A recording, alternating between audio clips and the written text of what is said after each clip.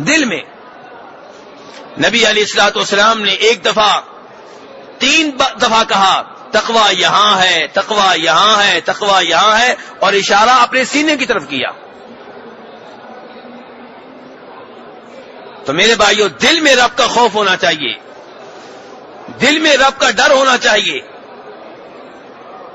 اب ہمارے کئی دوست اگر ان سے کہا جائے بھی اتق اللہ، اللہ سے ڈرو، وہ کہتے ہیں جی اللہ کا ڈر دل میں ہوتا ہے، میں الحمدللہ اللہ سے ڈرتا ہوں. میرے بھائی گزارش یہ ہے کہ اگر دل میں رب کا ڈر ہوگا تو اس کے اثرات آپ کے جسم پہ نظر آئیں گے. چند ایک مثالیں دینے لگا ہوں، ناراض نہیں ہونا، ناراض تو نہیں ہوں گے میرے بھائی. اگر آپ کے دل میں رب کا ڈر ہے تو آپ روزانہ کی بنیاد پہ داڑھی کیسے مونتے ہیں؟ داڑھی مونتے ہوئے رب کا ڈر کہاں گیا؟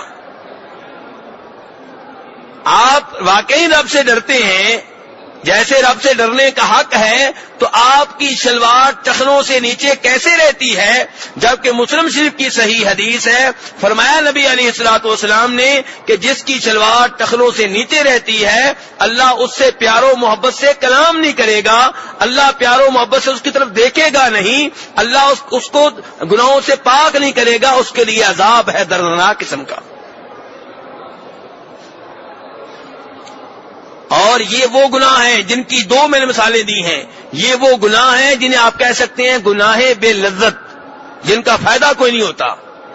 سود لینے والا سود لیتا ہے، بظاہر اس کے گھر میں پیسے آ رہے ہیں، بظاہر فائدہ نظر آ رہا ہے، حالانکہ اس سود سے بے برکتی ہوگی، فائدہ کوئی نہیں ہوگا، لیکن بظاہر فائدہ نظر آ رہا ہے. داڑھی مونڈنے والا داڑھی مونڈتا ہے، مجھے اس کا کوئی بظاہر فائدہ بتا دیں.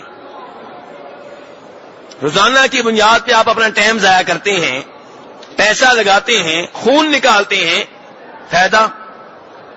شلوار آپ ٹخنوں سے نیچے رکھتے ہیں، زائد کپڑا آپ کو لگانا پڑتا ہے، شلوار کا نیچے والا حصہ گندا ہو جاتا ہے، اس گناہ کا فائدہ.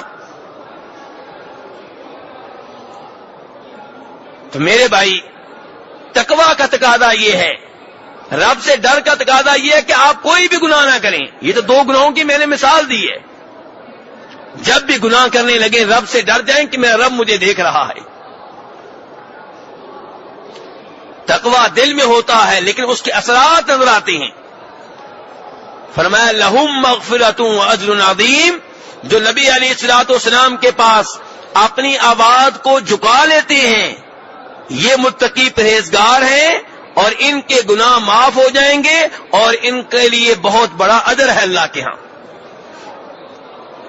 نبی علیہ الصلوۃ والسلام کی زندگی میں آپ کے پاس آواز جھکانا ضروری تھا، اور آج بھی نبی علیہ الصلوۃ والسلام کی حدیث آ جائے تو سر جھکانا ضروری ہے. آپ کی حدیث کے مقابلے میں ہٹ درمی کا مظاہرہ کرنا جائز نہیں ہے.